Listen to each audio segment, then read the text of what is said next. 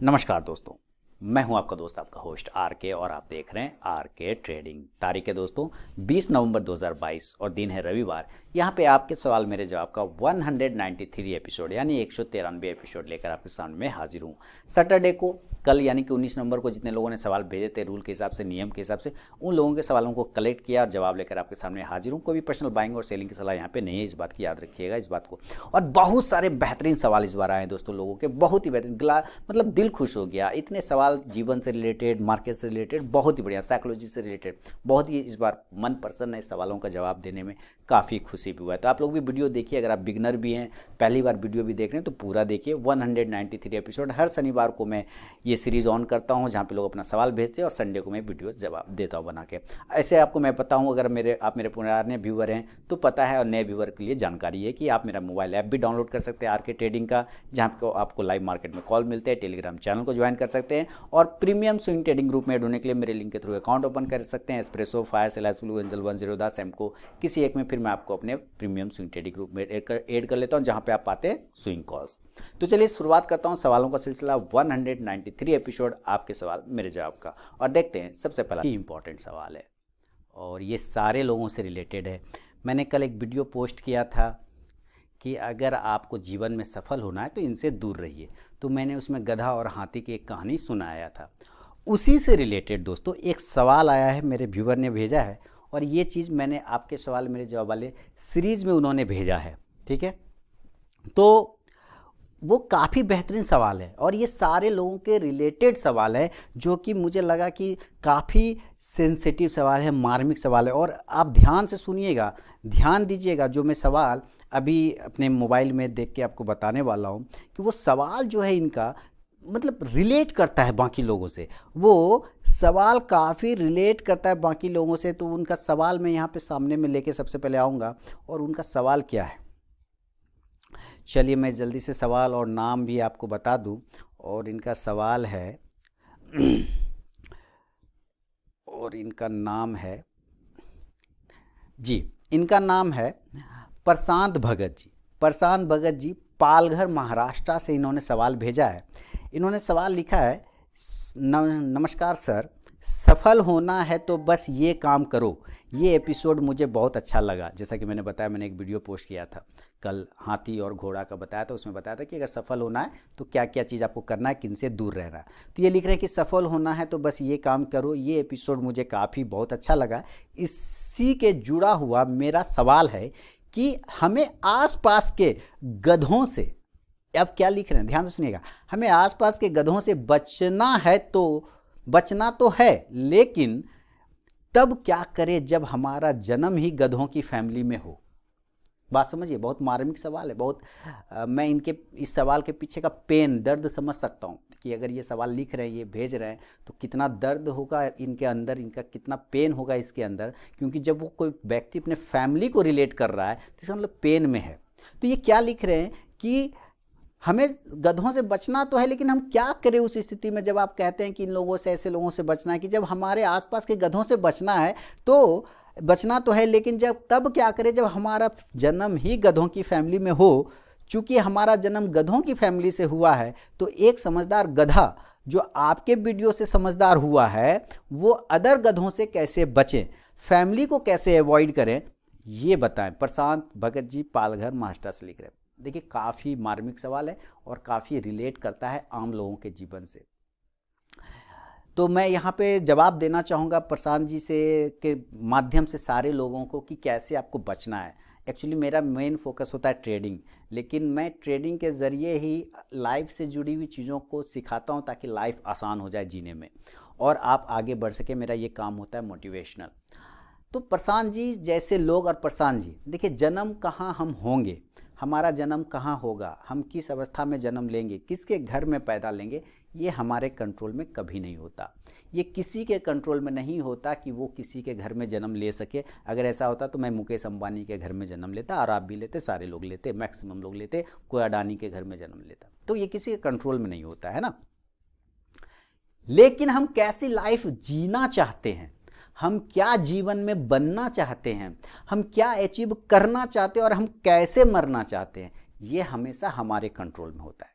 ये चीज़ें हमेशा हमारे कंट्रोल में होता है, क्योंकि चुनाव करना हमेशा आपके हाथ में होता है। स्पाइडरमैन की मूवी थी पार्ट 2, स्पाइडरमैन आप सीरीज जब देखेंगे शुरू वाला पार्ट 2 का, तो उसमें एक वर्ड होता है, हर स्पाइडरमैन की मूवी में एक कहानी, एक सीख मिलता है।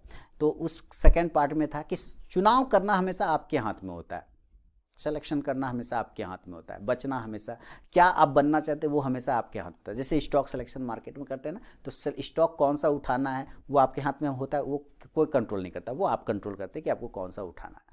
तो यहाँ जीवन में आप क्या बनना चाहते हैं, क्या करना चाहते हैं, किस तरह की लाइफ जीना चाहते हैं, ये हमेशा आपके ऊपर डिपेंड करता है और ये आप कंट्रोल कर सकते हैं। लेकिन अब चूंकि बात आ गई फैमिली की, आपने लिखा कि फैमिली से कैसे बचे, इन ऐसे गधों की फैमिली से कैसे बचे, जन्म ही गधों की फैमिली में हुआ है। तो देखिए, फैमिली एक शब्द है, परिवार एक शब्द है जो कि मार्केट को रिलेट करता है। आप जब देखते होंगे किसी स्टॉक्स में ऊपर की तरफ जाता है तो एक रेजिस्टेंस मिलता है और वहाँ से वो टकरा के गिर आता है, फिर एक सपोर्ट मिलता है, वहाँ से उठ के फिर ऊपर चला जाता है। तो फैमिली जो होता है ना, जो फैमिली मेंबर होते हैं उसमें कुछ मेंबर जो होते हैं जो सपोर्ट का काम करते हैं और कुछ मेंबर होते हैं जो रेजिस्टेंस का काम करते हैं। कुछ मेंबर आपको हतोत्साहित करेंगे, नीचे की तरफ धकेलेंगे, कुछ मेंबर आपको सपोर्ट देके ऊपर की तरफ ले जाएंगे। तो आपको अपने फैमिली में खुद को प्रूफ करना है कि नहीं, आप गधे नहीं हैं, आप गधों के बीच में घोड़ा बनना चाहते हैं, आप गधों के बीच में घोड़ा बनना चाहते हैं, ये आपको प्रूव करना पड़ेगा। और जब प्रूव करना है, अगर आपका फैमिली आपको सपोर्ट नहीं कर रहा है, तो हमेशा एक एग्जाम्पल याद रखिएगा, सोना, गोल्ड एक पत्थर के समान होता है, आड़ा तिरछा आकार होता है ना, बिल्कुल होता है। हीरा कोयला में मिलता है, बिल्कुल होता है, लेकिन वो हीरा नहीं होता है, सिंपल कोयला होता है। अभी आपके हाथ में थमा देंगे तो उसका कोई यूज़ नहीं, लेकिन जब उसको तराशते हैं, मशीन में ले जाके काटते हैं, पिघलाते हैं, बहुत सारे केमिकल डालते हैं, यानी किस किस प्रोसेस से, कितना हार्डनेस से उसको गुजरना पड़ता है, तब वो अपनी चमक बिखेरता है। उसी तरह गोल्ड, सोना, कितना आंच पर, कितना 3500 डिग्री सेल्सियस पे, 3500 डिग्री सेल्सियस पे सोना को गलाया और पिघलाया जाता है, तब उससे गहना बनता है जो कि लोग पहनते हैं और खूबसूरत दिखते हैं, तब वो खूबसूरती दिखता है। 3500 डिग्री सेल्सियस पर सोना को पिघलाया और गलाया जाता है और उसको तपाया जाता है, तब उसका आकार निखर के आता है। तो आपका जो फैमिली आपको सपोर्ट नहीं कर रहा है, जो आप कह रहे हैं कि कैसे बचे, वो समझिए हीट है, वो ताप है, वो गर्मी है जो आपको दिया जा रहा है ताकि आप निखर सकें, ताकि आप उससे निखर के कुछ बन सकें। क्योंकि आप उन ताप के बीच में जब रहेंगे और अपने आप को फोकस करके रखेंगे कि मुझे क्या बनना है, क्या अचीव करना है, क्या प्राप्त करना है, तब आप वो ज़रूर प्राप्त कर लेंगे, क्योंकि वो आप उस हीट को कंटिन्यू बर्दाश्त कर रहे हैं। तो अगर आप हीट बर्दाश्त कर लेते हैं, हीट अगर बर्दाश्त कर लिया, तो जीवन में आप सफल हो जाएंगे। तो गधे हर जगह मिलते हैं, गधे हर जगह मिलते हैं, हर जगह मिलते हैं, लगभग सब एक ही शक्ल का होता है। घोड़े सब जगह नहीं मिलेंगे आपको, घोड़ों की शक्ल अलग होती है, घोड़ों की शक्ल अलग होती है। तो आप ऐसा कुछ कार्य करें जो आपका फैमिली बोल सके दूसरे को कि हाँ, हम गधों के बीच में ये एक घोड़ा है, दूसरा बोल सके आपका एग्जाम्पल देके कि ये देखो इतने गधों के बीच में घोड़ा कहाँ से आ गया। यानी आप क्या बनना चाहते, क्या करना चाहते, इसका निर्णय आप कर सकते हैं, लेकिन अपने फैमिली को कभी भी इग्नोर ना करें, कभी इग्नोर ना करें। कारण फैमिली सपोर्ट का भी काम करती है। जब आप दुखी होंगे, हताश होंगे, निराश होंगे, तो आप देखेंगे कि फैमिली का ही कोई मेंबर आपको सपोर्ट करने आगे आता है, तो वो सपोर्ट का भी काम करता है, फिर आप वहाँ से बाउंस करते हैं। कुछ मेंबर होते हैं जो रेजिस्टेंस का कार्य करते हैं, तो आप उसको हीट समझिए कि वो मुझे तपा रहा है, वो मुझे तपा रहा है। उस हीट को बर्दाश्त कर गए तो आप एक नया ब्रेकआउट करेंगे, रेजिस्टेंस तोड़ के ऊपर निकलेंगे और अपने लाइफ के गोल को अचीव कर पाएंगे। तो प्रशांत जी, मैं कहना, जैसे मैं अपना एग्जांपल दूं, मैं आज शेयर कर रहा हूं, मैंने कभी यूट्यूब पे शेयर नहीं किया है। मेरे पिताजी पान बेचते हैं और आज तक बेचते हैं। मेरे पिताजी पान बेचते हैं, मैं पान बेचने वाले का बेटा हूँ, लेकिन मैं कभी पान दुकान पे नहीं बैठा, कभी नहीं बैठा, क्योंकि वो मैंने चुना कि मुझे नहीं करना है ये काम, मुझे ये काम नहीं करना है। मैं आपके घर में जन्म लिया, मेरा इस पर कोई कंट्रोल नहीं है, लेकिन मैं क्या बनूंगा, क्या करूंगा, कैसे रहूंगा, इस पर मेरा कंट्रोल है, इसका डिसीजन मुझे लेना है। आप विद्रोही कहलाएंगे, आपको हो सकता है लोग कहेगा कि ये जो है ना बदतमीज है, बेहुदा है, बात नहीं मानता है बड़े का, थोड़ी देर के लिए आप विद्रोही कहलाएंगे। लेकिन जब आप अपने उस चीज़ को प्राप्त कर लेंगे तब वही व्यक्ति आपका पीठ थपथपाएगा। जैसे मेरे पिताजी आज बोलते हैं कि गर्व है ना, ये इस बंदे। और मैं 3 भाई हूँ, और मैं 3 भाई हूँ, तो जब लोग मिलते हैं मेरे पिताजी से और कहता है ये मेरा बड़ा बेटा, ये मेरा छोटा बेटा और ये मेरा मंझला बेटा है, माने मैं बीच में हूँ, मैं मंझला हूँ। तो लोग भी जो पिताजी को शुरू से जानते हैं वो आश्चर्यचकित कहते हैं कि ये 2 बेटा, जो बड़ा है और छोटा वाला है, वो तो समझ में आता है कि तुम्हारा बेटा है, ये मैच नहीं करता तुम लोगों से, इसका अलग ही कैटेगरी है, इस यकीन नहीं होता ये तुम्हारा बेटा है। क्यों? तब वो कहता है, तब पिताजी कहते हैं कि गर्व करता हूँ कि मैं इस पे, ये बिल्कुल डिफरेंट बना, ये बिल्कुल अलग है, ये उसने चुना ही नहीं कभी, जो हम लोग कभी मैं दुकान पे नहीं बैठा। तो डिसाइड करना आप, मैं उस वक्त मैंने भी झेला विद्रोही, बेहुदा है, बड़े का बात नहीं मानता है, घर कैसे चलेगा, परिवार कैसे चलेगा, इस तरह की तानों को सुनना मिलेगा आपको, फैमिली के काम में हाथ नहीं बटाता, ये सब मिलेगा आपको सुनना। लेकिन जब आप उस विद्रोही स्वभाव को अपने लक्ष्य में परिवर्तित कर देंगे, उस विद्रोही, उस आग को अपने लक्ष्य को प्राप्त करने में लगा देंगे, तो वही व्यक्ति आपका पीठ थपथपाएगा और गर्व करेगा आपके ऊपर। तो डिसाइड ये मत करिए कि आप गधों के बीच में नहीं, हम अमीरों के बीच में पैदा हों, घोड़ों के बीच में। घोड़ा बनिए, अगर गधों के बीच में भी है तो उसमें एक अलग टाइप का घोड़ा बन के दिखाइए, ताकि आपकी पहचान अलग हो जाए। ठीक है? एवॉइड करना, एवॉइड, क्योंकि जो आपको कर रहा है वो हीट है, तो आपको उस हीट को बर्दाश्त करना है। जवाब मत दीजिए बातों से, जवाब मत दीजिए बातों से, जवाब दीजिए अपने कामों से। जवाब मत दीजिए अपने बातों से दूसरों को, जवाब दीजिए अपने कामों से। अगर आप अपने काम को प्रूव कर देते हैं तो अपने आप को फिर आप देखेंगे कि वही व्यक्ति, क्योंकि दुनिया एक चीज़ में लगी रहती है, आपका टांग खींचने में, और जब आप सक्सेस हो जाते हैं तो वही दुनिया ताली भी बजाएगी आपके लिए, यकीन जानिए। तो प्रशांत जी और प्रशांत जी से जुड़े सारे लोग, मैं चाहूँगा कि इस बात पे गौर करें कि आपको सामाजिक दृष्टिकोण से जितने भी ताने दिए जाए, घरेलू दृष्टिकोण से जितने भी ताने दिए जाए, आपको इग्नोर करना है, सिर्फ अपने गोल पर फोकस करना है। बीच बीच में ये सारे आपको डिमोरलाइज करेंगे, क्योंकि ये झंझावात है, ये तूफान है, आंधी है, जो आपको टेस्ट करता है। ये भगवान टेस्ट करता है बीच में कि अगर तुम अपने गोल के पक्के हो, अगर अपने दृढ़ संकल्प पे हो, तो तुमको इन परीक्षाओं से गुजरना पड़ेगा। और जो परीक्षा पास कर जाता है वही फर्स्ट सेकंड होता है। इसीलिए मैं कह रहा हूँ कि जन्म लेना किसी के हाथ में नहीं है कि कहाँ जन्म लेगा, लेकिन वो क्या बनना चाहता है, क्या करना चाहता है, कैसे मरना चाहता है, ये तो उसके हाथ में है। तो इस चीज़ को डिसाइड करिए आप, और कभी भी आप इसको इस हिसाब से मत देखिए कि लोग फैमिली मुझे तंग करता है या फैमिली मुझे सपोर्ट नहीं करता। ना ना ना, देखिए जो जिस अवस्था में है और जो जिसने झेला है उसके लिए वो अवस्था बहुत भारी है ना, उसके लिए वो अवस्था बहुत बड़ी है, बहुत मुसीबत वाली रही है। जैसे हम आज से 25 साल 30 साल पहले 5,000 रुपये कट्ठा ज़मीन मिलता था, है ना। तब आज मैं अपने लोग पिताजी को बोलता हूँ, पापा उसको 5,000 रुपया 2,000 रुपया मिलता था, 200 रुपया 400 रुपया भी मिलता था, 500 रुपये मिलता था, 1,000 रुपये मिलता। तब आपने ज़मीन नहीं लिया, इतना सस्ता था, क्योंकि पता है उस समय वही उनके लिए बहुत महंगा था, उस समय उनकी आर्थिक दृष्टिकोण से वही प्राइस बहुत महंगा था। और आज मैंने घर खरीद लिया जिसका 1 लाख 2 लाख नहीं 3 लाख नहीं 50 लाख के आसपास का वैल्यू है, मैंने खरीद लिया चुटकी में। क्यों? क्योंकि मेरे लिए आज वो रकम कम है। क्यों? क्योंकि मैंने वो प्राप्त किया, वो अचीव किया। दुकान पे बैठना, पान बेचना मैंने कभी स्वीकार नहीं किया। हाँ, तो जब स्वीकार नहीं करेंगे तो आपको अपना रास्ता बनाना पड़ेगा ना। तो आप रास्ता बनाने में आपको छोटे मोटे काम करने पड़ेंगे। आप उस छोटे मोटे कामों के जरिए अपने फोकस को हमेशा क्लियर रखिए कि क्या करना है, आपको क्या प्राप्त करना है। जैसे मैंने मजदूरी का भी काम किया, मैंने डॉक्टर के अंडर में भी काम किया, मैं मेडिकल का भी मैंने काम किया, बोझा भी उठाया, पोछा भी लगाया, बहुत सारे काम किए। लेकिन अब उस चीज़ को मेरा सिर्फ एक पड़ाव था, वो सब मेरा गोल अचीव करने के बीच में वो छोटे छोटे पड़ाव थे। वो पड़ाव को पास करके फिर मैं यहाँ तक आया और ये अचीव किया। साल लगे, बहुत साल लगे, कम एज से मैंने स्टार्ट कर लिया, तो इसके वजह से जो है मुझे बर्दाश्त करने की आदत हो गई। और जब आप डिसीज़न खुद लेते हैं तो 2 काम हो सकता है, या तो आपका गलत होगा डिसीज़न या तो आपका सही होगा डिसीज़न। अगर गलत हो गया डिसीज़न तो सीख मिलेगा कि ये काम नहीं करके हमको ये ऐसे करना चाहिए था। अगर आप सफल हो गए तो कॉन्फिडेंस मिलेगा कि बिल्कुल सही डिसीजन था, आप दोबारा फिर डिसीजन ले सकते हैं नेक्स्ट।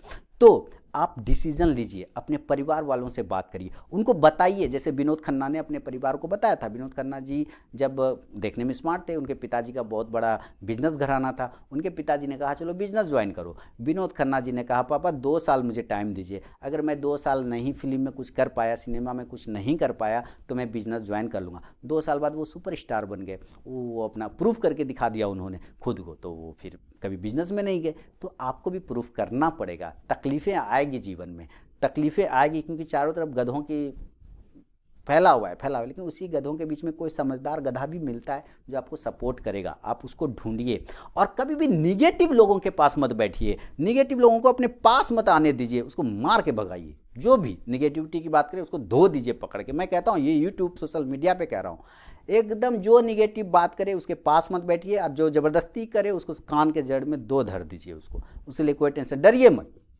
हाँ, अब ऐसा नहीं कि अपने बड़ों को धर दीजिए, नहीं, उनको बहुत सम्मानपूर्वक उनकी बातों को इग्नोर कर दीजिए, कोई टेंशन नहीं, हंस के मुस्कुरा के जैसे इग्नोर करना, क्योंकि 2 कान दिए ना ईश्वर ने, इसीलिए दिया कि अच्छा बात सुनो इस कान से और बीच वाला दिमाग में घुसा लो, बुरा बात सुनो, गलत बात सुनो तो इस कान से सुन के इस कान से निकाल दो। सिंपल यूज़ करना है आपको ये चीज़ें। तो उम्मीद है प्रशांत जी और प्रशांत जी से जुड़े सारे लोग, इनके जैसे सारे लोग, कि अगर ये 2 लाइन 4 लाइन 10 मिनट से कुछ भी अगर मैं आपको सिखा पाया, समझा पाया, तो मुझे कमेंट सेक्शन में ज़रूर बताइए। सफल होइएगा सर, ज़रूर सफल होइएगा। बस याद रखिए, अपने बातों से नहीं, अपने कामों से प्रूफ कीजिए, दुनिया ताली बजाने के लिए तैयार है।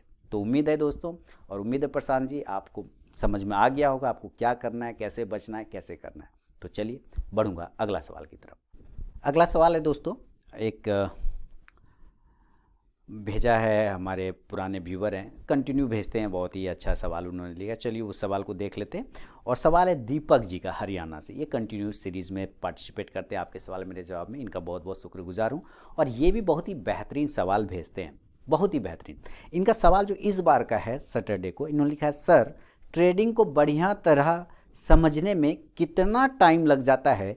जनरल, दूसरा क्या बुक पढ़ने से ट्रेडिंग सीखी जा सकती है या प्रैक्टिकल अप्रोच ज़्यादा बढ़िया है? इनका सवाल 2 है इसमें, कि कितना टाइम लगता है और क्या बुक पढ़ने से हमें कोई हेल्प मिलता है या हमें प्रैक्टिकली सोचना पड़ेगा, यानी कि बुक में तो थ्योरी होता है। तो दीपक जी बहुत ही बढ़िया सवाल है आपका, बहुत ही बढ़िया सवाल है आपका, सारे लोगों से जुड़ा हुआ। तो देखिए, ट्रेडिंग को बढ़िया तरीके से समझने के लिए सबसे पहले, जैसे आप स्कूल जाते हैं, तो स्कूल जाएंगे तो स्कूल में अगर पढ़ना है तो किताब तो ज़रूरी होता है, लेकिन किताब को पढ़ने के लिए आपको प्रैक्टिकल अप्रोच चाहिए। किताब को पढ़ने के लिए प्रैक्टिकल अप्रोच चाहिए। किताब तो सारे लोग पढ़ते हैं, लेकिन वो थ्योरी पढ़ रहे हैं, थ्योरी पढ़ा पास होने के लिए, पास होने के लिए पढ़ना सही है, लेकिन हम सिर्फ नंबर लाने के लिए अगर पढ़ते हैं तो हमारा दिमाग उससे कनेक्ट नहीं हो पाता। उसके पीछे का जो थॉट है, उसके पीछे का जो थॉट है, जो विचार है, जो सोच है, आपको वहाँ पे कनेक्ट नहीं कर पाएगा, और वो सिर्फ थ्योरी में रह के ख़त्म हो जाएगा, उसका यूज़ नहीं कर पाएंगे। जैसे a+b का होल स्क्वायर आपने स्कूल में पढ़ा होगा, पूरी लाइफ उसको कहीं यूज़ नहीं कर पाते। क्यों? क्योंकि हमने थ्योरी पढ़ा है, उसको सिर्फ नंबर लाने के लिए पढ़ा है, कहाँ यूज़ करना ये नहीं सीखा, कहाँ लाइफ में वो यूज़ होगा ये नहीं पता, हमें कनेक्ट नहीं कर पाए, सिर्फ नंबर लाने के लिए पढ़े। तो किताब पढ़ना ज़रूरी है, लेकिन किताब पढ़ने के लिए प्रैक्टिकल अप्रोच बहुत ज़रूरी है। इसी तरह ट्रेडिंग तो बिल्कुल आपको बिना प्रैक्टिकल अप्रोच के आप सीख नहीं सकते। किताबों से आपको डायरेक्शन मिल सकता है, किताबों में वो लिखा होता है जो मार्केट में हो चुका है। ध्यान से सुनिए, किताबों में वो लिखा है जो मार्केट में हो चुका है, किताबों में वो नहीं लिखा रहता जो हो सकता है या होने वाला है। तो हो सकता है और होने वाला जानने के लिए आपको प्रैक्टिकल अप्रोच रखना पड़ेगा। हिस्ट्री से सीख के प्रेजेंट में काम करना पड़ेगा। प्रेजेंट में सीखा हुआ चीज़ों को आप अपने आने वाले समय फ्यूचर में अप्लाई कर सकते हैं। फ्यूचर मतलब फ्यूचर ऑप्शन नहीं, बल्कि आने वाले समय में। तो आपका सवाल बहुत ही अच्छा है, बहुत ही अच्छे तरीके से आपने इस चीज़ को लोगों के सवालों को अपने माध्यम से रखा है मेरे सामने में। तो मैं सारे लोगों को कहूँगा किताब पढ़िए। किताब पढ़ना एक जिंदा दिमाग की निशानी होती है। किताब पढ़ना एक जिंदा दिमाग की निशानी होती है, क्योंकि पढ़ना और लिखना 2 वर्ड होते हैं, पढ़ना और लिखना। मैं कहूँगा कि आप पढ़िए, लेकिन पढ़ने के साथ साथ आप लिखिए जो आपने पढ़ा है, जो आपने पढ़ के सीखा है। क्योंकि बिना सोचे आप पढ़ सकते हैं, बिना सोचे आप पढ़ सकते हैं, बिना सोचे लिख नहीं सकते। आप करके देख लीजिए, बिना सोचे आपकी कलम ही नहीं चलेगी। जैसे गाना सुनने के लिए किसी दिमाग की ज़रूरत नहीं होती, कान में हेडफोन लगाया, गाना बज रहा है, सुन लिया, कोई दिमाग नहीं, उसमें कुछ सोचना ही नहीं। लेकिन मैं आपको गाना लिखने के लिए कह दूं तो आपको सोचना पड़ेगा क्या लाइन लिखूं, है ना। तो लिखने के लिए सोचना पड़ता है, सुनने के लिए सोचना और पढ़ने के लिए सोचना नहीं पड़ता। तो आप जब ट्रेडिंग लाइफ में आते हैं तो जो किताबों में आपने पढ़ा उस चीज़ को आप लिखिए। जब आप लिखेंगे तो आपको पता चलेगा आपने एक्चुअली पढ़ा क्या और उसका सार क्या निकल रहा है, वो आपके कहना क्या चाह रहा है, किताबें आपसे क्या कहनी चाह रही है। और उस चीज़ को आप चार्ट पर जाके देखिए, इम्प्लीमेंट करके देखिए। क्योंकि सिस्टम खोलने में कोई दिमाग नहीं लगाना होता है, पीसी ऑन किया, मोबाइल ऑन किया, ऑन हो गया। चार्ट देखने में दिमाग लगाना होता है, चार्ट को समझने में दिमाग लगाना होता है। तो जब आप स्टॉक मार्केट को समझने के लिए आते हैं तो चार्ट और स्टॉक मार्केट दोनों एक दूसरे के बिना अधूरा है, आपको ये समझना पड़ेगा। तो इसके लिए आपको प्रैक्टिकल अप्रोच रखने की बहुत ज़्यादा। प्रैक्टिकल अप्रोच क्या होता है? थ्योरी और प्रैक्टिकल दो वर्ड होते हैं। थ्योरी वो होता है जो करने से पहले समझाया जाता है कि एक बाउंसर बॉल आएगा, बाउंसर बॉल में थोड़ा झुक जाना है या पुल शॉट खेल देना है, ठीक है, इस तरह से। और वही जब बाउंसर बॉल फेंका जाए तो आपको बताया जाए बैट पकड़ के, ये देखो बाउंसर आ रहा है, ये मैंने मारा। तो ये होता है प्रैक्टिकल। तो प्रैक्टिकल में आपको बहुत सारी समस्या आती हो सकता है वो मिस हो जाए, नहीं मार पाए, सर में लग जाए, वहाँ पे आपको प्रैक्टिकल सोच ही आपको काम आएगा। तो प्रैक्टिकल सोच बहुत ज़रूरी है, प्रैक्टिकल अप्रोच बहुत ज़रूरी है। स्टॉक मार्केट में अगर आप ट्रेड करना चाहते हैं, सफल होना चाहते हैं, तो प्रैक्टिकल होना बहुत ज़रूरी है। प्रैक्टिकल आप कहाँ से हो सकते हैं? लाइफ से हो सकते हैं, जीवन से हो सकते हैं, क्योंकि मार्केट इक्वल टू लाइफ होता है। अगर आप लाइफ में प्रैक्टिकल हैं, हर बातों को प्रैक्टिकली सोचते हैं, थ्योरेटिकली तो अपनी जगह पर, प्रैक्टिकली अगर हर बातों को आप सोचते हैं, समझते हैं, तो आप उस चीज़ को स्टॉक मार्केट में भी इम्प्लीमेंट कर सकते हैं प्रैक्टिकल होकर के। तो मेरा मानना है, पुरजोर मानना है, मैं पूरा इसका समर्थक हूँ कि प्रैक्टिकल हुए बगैर आप नहीं सीख सकते। क्योंकि नदी किनारे खड़ा होकर आप तैरना नहीं सीख पाएंगे। तैरना है तो पानी में उतर के हाथ पांव चलाना ही पड़ेगा। उसके पहले कितना भी किताब पढ़ लीजिए, तैरने का 100 विधि, 10 मिनट में तैरना सीखें, कितना भी देख लीजिए, पढ़ लीजिए, आप तैर नहीं पाएंगे जब तक कि आप खुद पानी में उतर के प्रैक्टिकली उस चीज़ को करेंगे नहीं। तो प्रैक्टिकल अप्रोच बहुत ज़रूरी है, बहुत ही निहायत ज़रूरी है। तो आप प्रैक्टिकल बनिए और सीखिए किताबों से, लेकिन उस चीज़ को आप प्रैक्टिकली मार्केट में भी अप्लाई करिए। तो ये है दीपक जी का हरियाणा से सवाल। तो उम्मीद है दीपक जी आप मेरे सवालों से संतुष्ट होंगे, जवाब से संतुष्ट होंगे। अगर फीडबैक देना चाहें तो वीडियो कमेंट सेक्शन ओपन है, आप ज़रूर फीडबैक दें। आपके फीडबैक का और सारे लोगों का, जिन्होंने नहीं भी भेजा सवाल, ज़रूर फीडबैक दें। अगर समझ में आ रही बात, कोई सुझाव हो तो ज़रूर बताएं। चलिए बढ़ूंगा अगला सवाल की तरफ। अच्छा, कितना टाइम लग जाता है करने में, जो दीपक जी का सवाल था। दूसरा सवाल था कितना समय लग जाता है मार्केट को समझने में। देखिए कोई फिक्स नहीं होता है दीपक जी, है ना, कि 1 साल लगेगा, कि 2 साल लगेगा, 3 साल लगेगा। इसके लिए जब आप प्रैक्टिकल अप्रोच रखते हैं तो समय कम लगता है, थ्योरेटिकल अप्रोच रखेंगे तो ज़्यादा टाइम भी लग सकता है, ये भी है। तो आप कंटिन्यू अगर जुड़े रहते हैं मार्केट से, उस चीज़ों को समझते हैं तो टाइम कम लगेगा, है ना। लेकिन मेरा मानना है अगर प्रैक्टिकली आप मार्केट में आते हो तो लगभग 3 साल एक बेहतरीन पीरियड होता है, जहाँ पे आप सावन भादो आषाढ़ सावन कार्तिक मार्केट के जितने भी मौसम होते हैं आप सब देख लेते हैं। 3 साल कम से कम लगते हैं। तो ऐसा मेरा मानना है और इस बात को मैंने फील भी किया है कई बार। तो दीपक जी आपके सवाल का जवाब मैंने आपको दे दिया है, फीडबैक दें ज़रूर। और अगला सवाल जो है वो है अमर कुलकर्णी जी ने पुणे से लिखा है। इनका भी सवाल बढ़िया है, बहुत ही बढ़िया ज़बरदस्त सवाल लिखा है। छोटा सा सवाल है, सर चार्ट स्टडी के लिए कौन सी मेथड बेहतर है? चार्ट स्टडी के लिए कौन सी मेथड बेहतर है? बिल्कुल बिगिनर लेवल का ये सवाल है, क्योंकि ये चीज़ें बहुत लोगों के दिमाग में है कि चार्ट स्टडी हम कैसे करें, चार्ट स्टडी को हम बेहतर कैसे करें, बढ़िया कैसे बनाएं। इसलिए देखिए चार्ट स्टडी, आपने वर्ड किया ना चार्ट और चार्ट का स्टडी, तो चार्ट स्टडी के लिए तो सबसे पहले आपको एक सिस्टम चाहिए, चाहे लैपटॉप हो जाए, चाहे पीसी हो जाए। मोबाइल में प्रीफर नहीं करता, मजबूरी में लोग मोबाइल यूज़ करते हैं, लेकिन वो सही तरीका नहीं है चार्ट देखने का, मोबाइल बिल्कुल भी नहीं।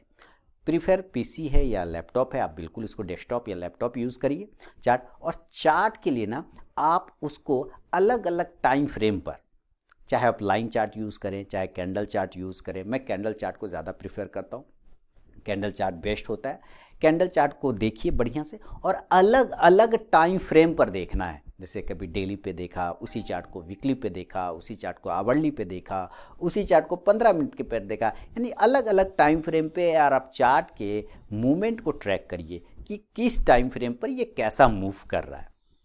क्योंकि जब आप उसको ट्रैक करेंगे, कंटिन्यू करेंगे, तो आपको उसके सपोर्ट और रेजिस्टेंस, उतार और चढ़ाव दोनों ही मिलना शुरू हो जाएगा चार्ट रीडिंग में। और ये स्टडी का एक पार्ट होता है। एक दिन में लोग कहते हैं कि कितना चार्ट देखना चाहिए, ये भी सवाल आता है। तो मैं कहता हूँ कि कम से कम 50-60 चार्ट तो मिनिमम, मैक्सिमम 500 चार्ट है, मिनिमम 50 चार्ट भी अगर आप देखते हैं एक दिन में तो ज़रूर देखिए। 2 से 3 घंटा लगेगा, आप ज़रूर देखिए, क्योंकि आपको जूम इन और जूम आउट ही तो करना है। क्योंकि वो आपको जब जूम इन और जूम आउट करेंगे तो आपके आंखों के सामने में कुछ ऊंचाई और कुछ निचाई, यानी कुछ ऊपर का भाग कुछ नीचे का भाग आपको नज़र आना स्टार्ट हो जाएगा, जो कि आपके स्टडी का पहला पार्ट होता है। उन पॉइंट को नज़र रखना जहाँ से स्टॉक रिजेक्ट हो रहा है, जहाँ से स्टॉक बाउंस कर रहा है, उसको कुछ अपने लैंग्वेज में कहा जाए तो वो सपोर्ट और रजिस्टेंस कहलाता है। तो चार्ट स्टडी के लिए बेस्ट मेथड यही होता है, बढ़िया मेथड। हालांकि बेस्ट का मैं कभी यूज़ नहीं करता वर्ड, क्योंकि बेस्ट का कोई डिफिनेशन होता नहीं है, आज जो बेस्ट है कल नॉर्मल हो जाएगा। तो स्टडी का सबसे बढ़िया तरीका ये होता है कि आप कंटिन्यू चार्ट को फॉलो करें, कैंडल स्टिक चार्ट को देखें और अलग अलग टाइम फ्रेम पर, अगर कोई एक स्टॉक देख रहे हैं तो उसको अलग अलग टाइम फ्रेम पर देखें और उसके मूवमेंट को ट्रैक करें, तब जाके आपकी चार्ट स्टडी, और ये कंटिन्यू होना चाहिए। ऐसा नहीं कि आज देखा फिर 5 दिन बाद देखेंगे, ना ना ना, आपको डेली 2 घंटा रूल के हिसाब से, नियम के हिसाब से 2 घंटा आपको देना ही चाहिए, क्योंकि अगर आप जैसे ही वो देंगे आपको काफ़ी ज़्यादा हेल्प मिलेगा। तो अमर जी, ये था आपके सवाल पे मेरा अपना जवाब। पसंद आया तो ज़रूर फीडबैक करें। बढ़ूंगा अगला सवाल की तरफ। अगला सवाल है दोस्तों, आगरा उत्तर प्रदेश से राकेश जी ने भेजा है और इनका सवाल ही बहुत ही बढ़िया, इनका भी ऑप्शन से रिलेटेड है। किसी भी स्ट्राइक प्राइस का स्टॉप लॉस एंड टारगेट कैसे पता लगाएं या कैसे ज्ञात करें? राकेश जी आगरा उत्तर प्रदेश से लिख रहे हैं। स्ट्राइक प्राइस का मतलब है कि राकेश जी आप ऑप्शन के रिलेटेड बात करना चाह रहे हैं। बिल्कुल, देखिए स्ट्राइक प्राइस जैसे कि मान लेते हैं बैंक निफ्टी के 42,000 का एक स्ट्राइक प्राइस है, तो बैंक निफ्टी के आपको कैश के चार्ट को स्टडी करना होता है हमेशा। याद रखिए, स्टडी कभी भी ऑप्शन का चार्ट नहीं करते, ये गलत थिंक है। अगर आप ऑप्शन के प्रति सीरियस है तो इस बात को समझिए, कभी भी ऑप्शन के चार्ट को नहीं देखेंगे, पहले हम लोग कैश के चार्ट को देखेंगे, कैश को एनालाइज करेंगे। कैश का चार्ट में ये देखना होता है कि बैंक निफ्टी या निफ्टी या जो भी आपका स्टॉक है वो कितने पॉइंट का मूव करता है ना। जैसे बैंक निफ्टी का एक मूवमेंट होता है 100 पॉइंट कि लगभग, अगर वो अपने किसी ब्रेकआउट या ब्रेकडाउन लेवल करता है तो लगभग 100 पॉइंट चलता है। इस तरह का आप एनालाइज करेंगे तो आपको मिलेगा। और निफ्टी 50 पॉइंट चलते हैं तो वो टारगेट लगभग 50 पॉइंट 100 पॉइंट होता है। लेकिन अगर आपने दूर का रखा है स्ट्राइक प्राइस, मान लेते हैं 40,800 का रख लिया, अभी 42,000 पर चल रहा है, 40,800 का रख लिया, अब वो 40,800 का रख लिया तो वो थोड़ी उतना देगा। कहने का मतलब है जो नज़दीक का स्ट्राइक प्राइस होता है आपको वहाँ पे मूवमेंट ज़्यादा मिलता है, वहाँ पे दूर में कम मिलता है। तो जितना दूर होते जाएंगे आपको उतना ही ज़्यादा वेट करना पड़ जाता है, उतना ही ज़्यादा आपको टारगेट जो है दूर होता चला जाएगा, यानी कि प्रॉब्लम होता चला जाएगा। तो नज़दीक का स्ट्राइक प्राइस को अगर आप रखते हैं, अगर किसी स्टॉक्स को देखते हैं तो स्टॉक्स का जो मूवमेंट होता है, जो उसके सपोर्ट या रेजिस्टेंस बनते हैं, तो एक तो वहाँ पे आप टारगेट और स्टॉप लॉस की बात कर सकते हैं। दूसरा बात कि अगर मान लेते कल एक्सपायरी और आज आपने ले लिया ट्रेड, तो फिर पॉसिबल नहीं है कि वो जा पाएगा, कारण कि टाइम नहीं है ना उसके पास। अब 1 दिन का टाइम बचा, 1 दिन का टाइम में वो एक्सपायर हो जाएगा, तो उसके पास समय ही नहीं बचा, आप उसको रास्ता ही नहीं दे रहे, टाइम ही नहीं दे रहे कि 10 किलोमीटर का सफर तय करो 5 मिनट में, कैसे करेगा, नहीं कर पाएगा। तो वही प्रॉब्लम होता है। स्ट्राइक प्राइस यानी ऑप्शन में जैसे ही आप जाएंगे तो टाइम का एक इशू हो जाता है। तो आपको ये ध्यान रखना पड़ता है कि आप एट द मनी ले रहे हैं, आउट ऑफ द मनी ले रहे हैं या इन द मनी ले रहे हैं, है ना। तो ये चीज़ें आपको खास ख्याल रखना पड़ता है टारगेट और स्टॉप लॉस के लिए। और इस चीज़ की अगर नॉलेज है तो फिर आप आराम से कर सकते हैं। एक मोटा मोटी स्टॉक्स के जो मूव करते हैं, जितना पॉइंट, मान लीजिए 5 पॉइंट को मूव कर रहा है, तो एक अंदाजा लगाते हैं कि ये 5 पॉइंट जाएगा तो यहाँ पे रेजिस्टेंस या सपोर्ट बनेगा, तो उस हिसाब से हमारा स्ट्राइक प्राइस का क्या टारगेट और क्या स्टॉप लॉस बनेगा। तो इस चीज को आपको ध्यान रखना है। कैश के चार्ट को एनालाइज करके आप टारगेट स्टॉप लॉस निकालिए, उसको आप ऑप्शन पे इंप्लीमेंट कर सकते हैं, लेकिन याद रखें दूर का करेंगे तो प्रॉब्लम हो जाएगा। तो ये है राकेश जी आपके सवाल पे मेरा अपना जवाब। बढ़ूंगा अगला सवाल। घनप्रीत सिंह साहब चंडीगढ़ से लिख रहे हैं। इनका लिख रहे हैं सबसे पहले कि इज इट इसेंशियल और mandatory the stock that the stock which has higher price should also have higher volume and volatility also. For example, Banari Amman Sugars Limited is a stock of high value but volume is very low. बिल्कुल, देखिए दूसरा है ये for intraday trading on a 5-minute time frame, what are the recommended setting for using super trend indicator?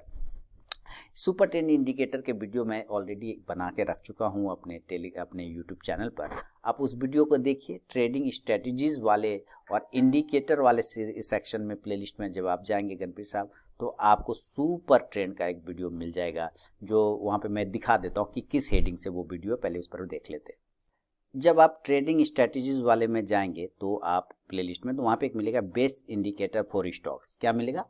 Best indicator for stocks. ये super trend के बारे में मैंने बताया हुआ है, पूरा का पूरा कंप्लीट यहाँ पे मैंने बताया है। आप इस वीडियो को जरूर देखिए, सारे लोग देखिए, आपको पता चल जाएगा।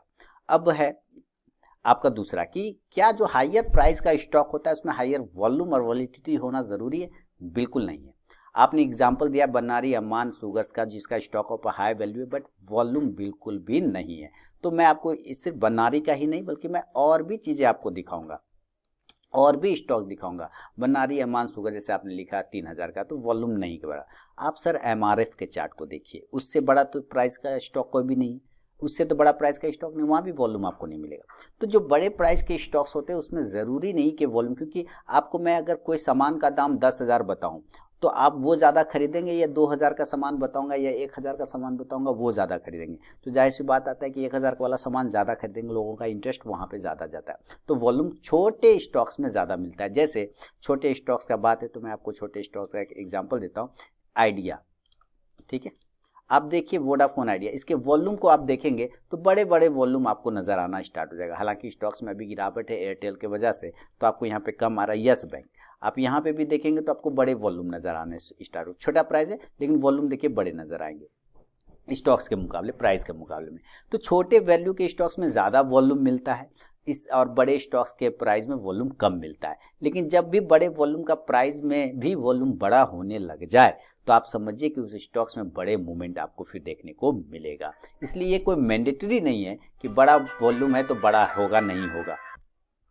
तो दोस्तों ये कोई मैंडेटरी नहीं है गणप्रीत जी, ऐसा कोई भी मैंडेटरी नहीं है। तो छोटे प्राइस के स्टॉक्स में ज़्यादा वॉल्यूम मिलता है, बड़े प्राइस में कम वॉल्यूम मिलता है। क्योंकि एमआरएफ को कौन खरीदेगा, 80,000 60,000 का स्टॉक है, कौन खरीदेगा, तो कम लोग खरीदेंगे तो वॉल्यूम कम होता है ना, ये चीज़। अब बाकी आपको सुपर ट्रेंड वाला वो मैंने आपको वीडियो दिखा दिया, आप उस वीडियो को ज़रूर देखिए, आपको वहाँ पे मिल जाएगा।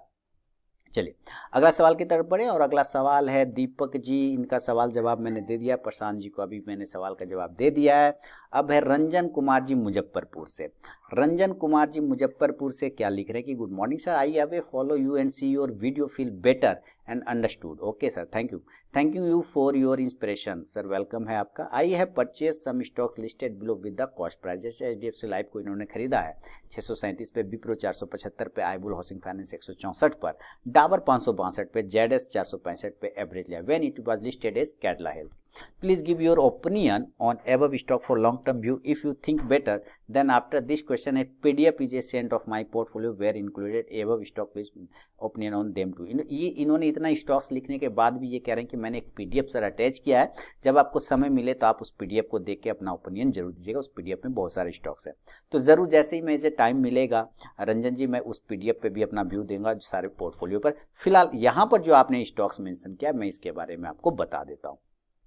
HDFC लाइफ आपने 637 पे लिया है, तो सर कोई दिक्कत नहीं। देखिए HDFC लाइफ को अभी आपको लॉन्ग टर्म आपने लिखा भी है लॉन्ग टर्म, तो जब लॉन्ग टर्म में आप हैं ऑलरेडी, अब पूरा आपका क्लियर है व्यू कि लॉन्ग टर्म में है, तो बने रहिए ना, इसमें कोई दिक्कत नहीं। देखिए आपने स्टॉक्स बहुत अच्छे सेलेक्ट किए, ये स्टॉक आपका बहुत अच्छा है। एक स्टॉक खराब है, मैं बता दूंगा कौन सा, लेकिन इस स्टॉक्स में आपको डरना नहीं है। इसलिए अगर ये डीप भी लगा देता है, मान लीजिए 5% यहाँ से गिर गया 10%, डरना नहीं है। पहली बात जान लीजिए कि डरना नहीं है, क्योंकि आपका व्यू बिल्कुल आपने क्लियर लिखा है कि लॉन्ग टर्म व्यू है। ठीक है, तो इसमें आपको डरना बिल्कुल नहीं। 637 पे लिया है और आपको ये आ चुका है लगभग 523, तो कोई टेंशन नहीं है, आप बने रहिए। 500 का एक ज़्यादा से ज़्यादा आप स्टॉप लॉस मेंटेन कर लें, वहाँ पे भी आपको प्रॉब्लम नहीं होगा, कोई भी प्रॉब्लम नहीं होगा, आप ध्यान रखें, आप बिल्कुल इसमें बने रह सकते हैं।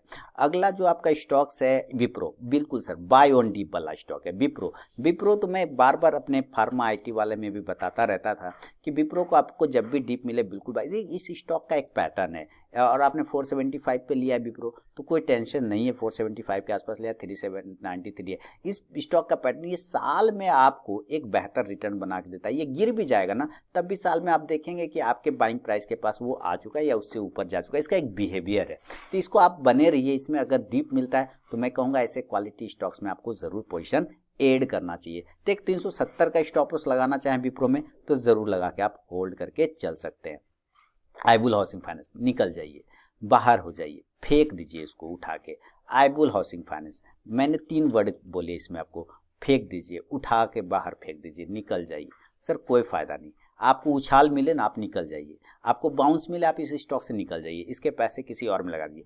अब बुक करना है लॉस तो बिल्कुल बुक कर लीजिए, इसमें डरिए नहीं। अब मान लीजिए अगर बुक कर लिया लॉस तो कोई टेंशन वाली बात नहीं, क्योंकि आप बच जाएंगे, ठीक है। तो इस स्टॉक्स में उतना पोटेंशियल है नहीं। अब ये गैमलिंग वाला स्टॉक हो गया, तो इस स्टॉक से दूर रहिए आईबुल हाउसिंग फाइनेंस से। डाबर 562 पे आपने लिया, बहुत ही बढ़िया, बहुत ही अच्छा है डाबर, बने रहिए डाबर में। तो अभी आप अच्छा मूवमेंट भी मिलने वाला है, मिला भी है आपको। 562 पे लिया, 548 हो चुका है। तो जो भी स्टॉक्स आपने लिए शायद आपको डर है इस बात का कि ये स्टॉक गिर चुका है, नहीं नहीं, स्टॉक्स की क्वालिटी पे डिपेंड करता है। मान लीजिए विराट कोहली ने 5 मैच में खराब खेला तो टीम से बाहर थोड़ी किया, उसको रखा रहा ना, उसको क्यों, पता है क्वालिटी वाला खिलाड़ी है, कभी भी चल जाएगा। इसी तरह से तो ये आपको समझना है कि अगर आपका स्टॉक्स क्वालिटी वाला है तो स्टॉक वो 5% गिर भी जाए तो क्या फर्क पड़ता है, आपको वो रिटर्न बना के देने की क्षमता रखता है। तो बिल्कुल होल्ड करिए, 500 रुपये के आसपास का एक स्टॉप लॉस आप इस पर भी मेंटेन कर सकते हैं। ZS 465 पे लिया है, तो ZS लाइफ को 465 के आसपास में आपने लिया। तो चलते हैं ZS लाइफ, बिल्कुल आप ZS लाइफ में हम लोग एक यही स्टॉक है जो कि फार्मा का आपके पास जुड़ा हुआ है, और इसमें 465 पे लिया, 400 के आसपास में आ चुका है। ये शायद यही ना जो कैडला था वही तो ZS लाइफ हो गया था। तो एक यहाँ पे स्टॉप लॉस मेंटेन करिए, क्योंकि अभी मैं निकलने इसलिए नहीं बोलूँगा क्योंकि बाउंस मिले तब निकलिएगा ज़रूर, लेकिन फिलहाल नहीं निकलिए क्योंकि अभी आपको थोड़ा ज़्यादा लॉस हो जाएगा। तो एक स्टॉप लॉस आप मेंटेन कर लीजिए 340 रुपये के आसपास का, होल्ड करिए। एक सपोर्ट है इसको 380 का, उसके नीचे गिरने पे बड़ी गिरावट होगी, अदरवाइज कोई दिक्कत नहीं है।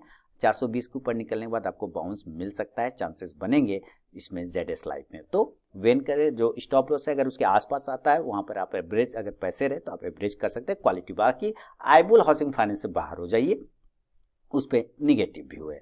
तो ये है, रंजन कुमार जी मुजफ्फरपुर से सवाल भेजा था, मैंने जवाब दे दिया। अगला सवाल की तरफ बढ़ूंगा। सुनील जैन ने मुंबई से लिखा है, sir Arvind limited and orient hotel को करेंट प्राइस पर लॉन्ग टर्म 4 से 5 साल के लिए बाय कर सकते हैं? बिल्कुल कर सकते हैं।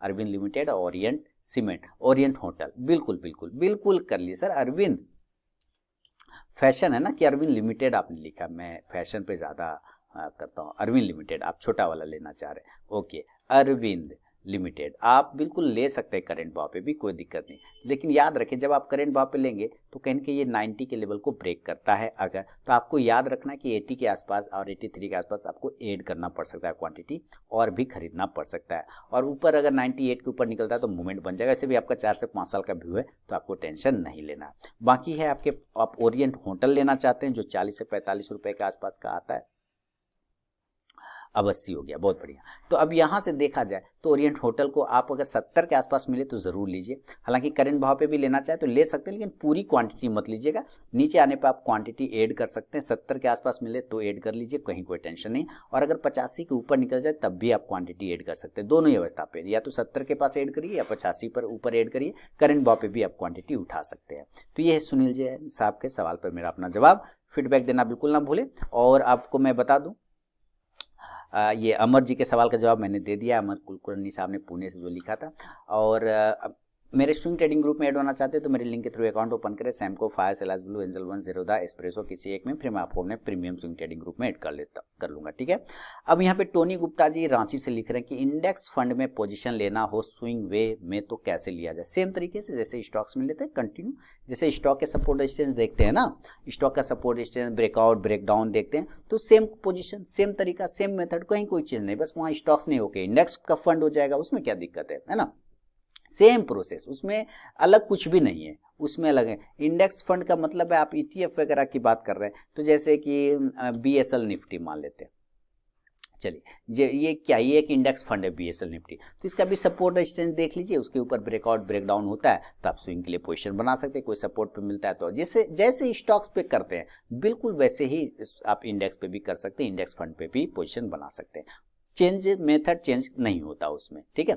टाटा पावर को बाय करना है स्विंग के लिए, तो इसका एंट्री प्राइस क्या होगा? स्विंग के लिए बाय करना चाहते हैं टाटा पावर को, तो टाटा पावर ही क्यों बाय करना चाहते हैं, इसके पीछे का रीजन क्या है? आपको बाय करना होगा 235 रुपए के ऊपर, उसके पहले नहीं करना, या तो 235 के ऊपर करिए या तो 190 के पास में करिए। इस दो के आसपास मिले तभी पोजीशन लीजिए, आपको एक मूवमेंट बन सकता है। 190 के पास मिलेगा, बाउंस मिलेगा, 235 के ऊपर जाएगा तो अपर साइड का ब्रेकआउट करेगा, इस बात का ध्यान रखना है। तो ये लेवल है टाटा पावर। वैभव ग्लोबल नीचे भाव पर है, ऐड भी कर सकते हैं, कोई दिक्कत नहीं। वैभव ग्लोबल को ऐड करना है, इसका ऐड प्राइस अभी तो ऑलरेडी वो काफी नीचे आया हुआ था वैभव ग्लोबल, फिर एक बाउंस मिला थोड़ा नीचे से ऊपर की साइड में, ये वाला ग्रीन वाला फिर नीचे चला गया। बिल्कुल आप ऐड करिए इसको 300 से लेके 280 के बीच में, 280 से 300 के बीच में ऐड करिए, वहां पर अगर आता है बिल्कुल पोजीशन लेंगे, और नहीं आया तो 340 के ऊपर पोजीशन बनाइए, कहीं कोई परेशानी नहीं है, बिल्कुल बहुत ही बढ़िया स्टॉक्स है, आपको मूवमेंट बना के दे सकता है।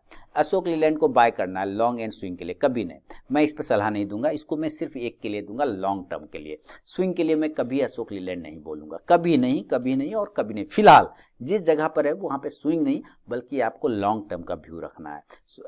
इसके पास एक रेंज है 170 का, इसके ऊपर जिस दिन ये निकलेगा ना, ये स्टॉक 250 तक की यात्रा बिना सोचे करेगा, बहुत ही तेजी से करेगा। तो अभी आप लॉन्ग टर्म का व्यू रखिए अशोक लीलैंड में, बेहतरीन स्टॉक है, फंडामेंटली टू गुड स्टॉक है, बस चल नहीं रहा है, समय का मार है, और जैसे ही वो समय का मार ठीक हो जाएगा आप देखेंगे अशोक लीलैंड में बेहतरीन मूवमेंट बन जाएगा। तो स्विंग के लिए मैं सलाह नहीं दूंगा, आप इसको लॉन्ग टर्म के लिए रख के चल सकते हैं।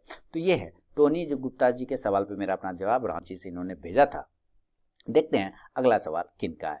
तो गौरव अग्रवाल जी दिल्ली से अगला सवाल लिख रहे हैं कि I am already invested in REC limited for long term, बहुत बढ़िया। Nowadays since PFC is performing better than REC, अब is it good to switch over from REC to PFC। अब ये गौरव अग्रवाल जी लिख रहे हैं दिल्ली से कि मैं REC में पहले से लॉन्ग टर्म के लिए इन्वेस्टेड हूँ, ओके, लेकिन इधर से मैं देख रहा हूँ कि PFC से बढ़िया परफॉर्म कर रहा है, PFC is performing better than REC, यानी PFC बढ़िया परफॉर्म कर रहा है REC के मुकाबले। तो क्या हम REC से शिफ्ट हो जाएं PFC में? बहुत बढ़िया। तो देखिए जैसे अभी आप REC पे इन्वेस्टेड हैं और वो नहीं चल रहा है, वो नहीं चल रहा है, और आपने PFC में पैसे नहीं लगाए तो वो चल गया, फिर क्या होगा? जैसे ही आप PFC में पैसे लगाएंगे ना, PFC बंद हो जाएगा चलना और REC चलने लग जाएगा। हमेशा याद रखिए, हमेशा याद रखिए, जैसे ही आप शिफ्ट करेंगे वो रुक जाएगा और दूसरा चलना है, आपको फिर लगेगा अरे यार ये तो मैं फंस गया, ये तो मामला फंस गया, जो लेता हूँ वो चलता नहीं। आप अगर इसमें लग रहा है कि आपको इसमें मूवमेंट बन रहा है PFC में, तो देखिए आप पूरी क्वांटिटी कभी भी REC से मत हटाइए, कभी भी मत हटिए। REC भी खराब स्टॉक बिल्कुल भी नहीं है, ये साइड वेज हो चुका है थोड़ा सा, बस ये इसका पैटर्न, ये साइड वेज चलता है फिर ब्रेकआउट करता है। देखिए आपको इसको बिहेवियर को समझना पड़ता है, ये साइड वेज रहता है फिर ब्रेकआउट करता है, इसी तरह से ये चलता है, इसका नियम है, ये फिर साइड वेज है फिर ब्रेकआउट करेगा, ये इसी तरह से चलता है सर, ये फिर साइड वेज है यहाँ पर फिर नीचे ब्रेक डाउन कर गया, ये इसी तरह का बिहेवियर बनाता है। तो आप थोड़ी क्वांटिटी अगर PFC का उठाना चाहें तो इसका थोड़ा क्वांटिटी कम करिए, डिक्रीज करिए, और वहां पे क्वांटिटी ले सकते हैं PFC में। पूरी की पूरी REC को मत बेचिए, पूरी की पूरी REC को कभी मत बेचिए, क्योंकि जैसे ही बेचेंगे और यहाँ से ये ब्रेकआउट करके ऊपर जाएगा तो आपको लगेगा अरे यार निकल गया, बेकार हो गया, है ना। तो इस चीज़ को हमेशा ध्यान रखिए, पूरी क्वांटिटी REC से कभी भी मत निकालिए। PFC में लेना तो REC की कुछ क्वांटिटी बेच के आप PFC में लगा सकते हैं गौरव जी। तो ये है गौरव जी के सवाल पे मेरा अपना जवाब, फीडबैक देना बिल्कुल ना भूले।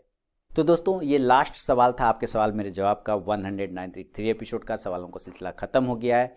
नेक्स्ट एपिसोड नेक्स्ट सैटरडे को फिर से आप लोग अपना सवाल भेजिए, जो भी आपके मन में क्वेरी हो, क्वेश्चन हो, मुझे भेजिए, मैं आपकी सेवा के लिए समर्पित हूँ बिल्कुल। अपना फीडबैक जरूर दें वीडियो के कमेंट सेक्शन में। बहुत बहुत धन्यवाद दोस्तों।